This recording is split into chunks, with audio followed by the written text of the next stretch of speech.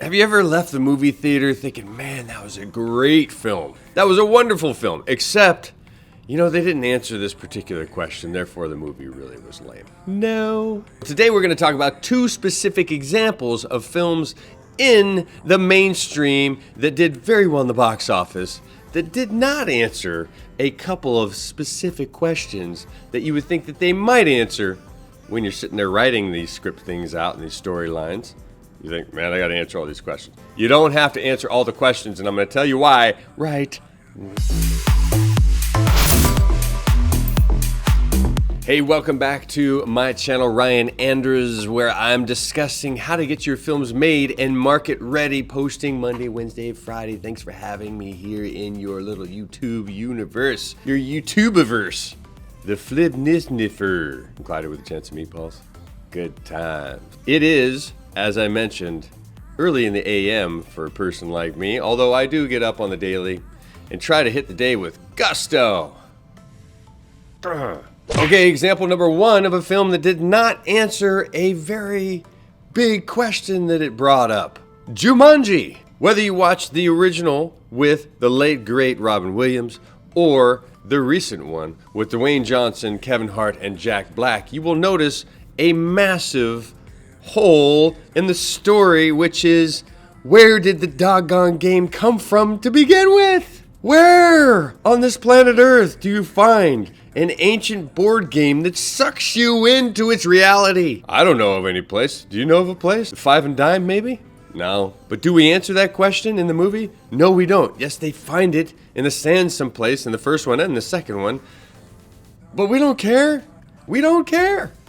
We're jumped into the conflict of these guys' lives are in danger because they're now in a game that's going to kill them.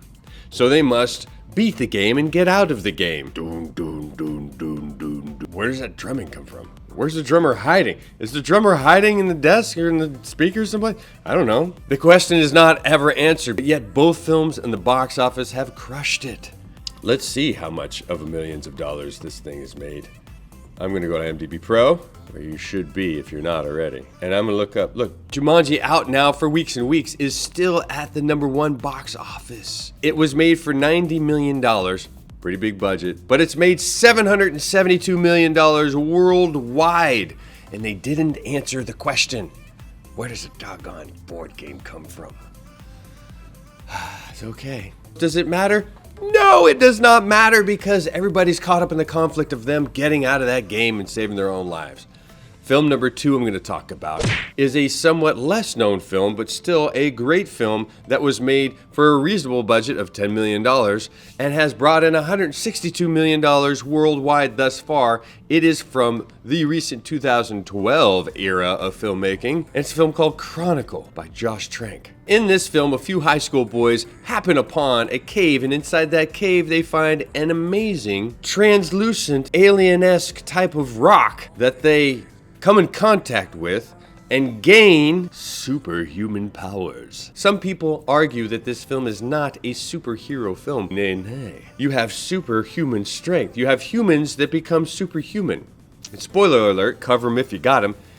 There's one of those superhumans that becomes the bad guy who becomes a supervillain. The superhero people have to take over the supervillain in this superhero film that is done with incredible CG. Okay, you can take off the spoiler alert earplugs. That is a superhero film. In this film, you get caught up into, oh, these guys have great powers. They're using them. They're learning them. They're fighting each other and bad guys and doing all things neat and crazy and stuff. And then the film ends and you don't go, yes, but you know what they didn't do in this movie? They did not tell you where that rock came from that gave them all the superhero powers. You don't think about that. You've suspended your disbelief in the first part of the movie because you're so into them having these cool powers and the conflict that's developed from those powers that you don't think about where the doggone rock came from.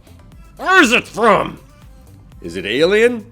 It had little weird things inside of something living in it. It clearly was alien somehow. It didn't come from the government. It wasn't in a silo someplace in New Mexico. It was just in a cave underground. And when they go back to find it, it's covered up and gone. They don't answer the question. The point is, people, when you are writing, or if you are rewriting as a producer who has optioned a script, or if you're a writer who is writing, or if you're a director, it's like, oh, I just need to answer all of the questions. You don't have to answer all the questions. Granted, these two films deal with questions that weren't answered at the very beginning. Also, they happen to do with something that is supernaturally affecting the natural environment in reality. So, that might be one avenue to consider for your films. Can you get away with questions that bring the conflict on directly or indirectly, but do not answer where they came from? Do you have thoughts on this? Put a comment below if you've seen either of these movies or if you know other movies like it, and share with us your thoughts on answering all the questions. Consider subscribing if you haven't already. I like to post films Monday, Wednesday, Friday about getting your film made and market ready. Share it if you care it. Does that make sense? And I'll see you next time.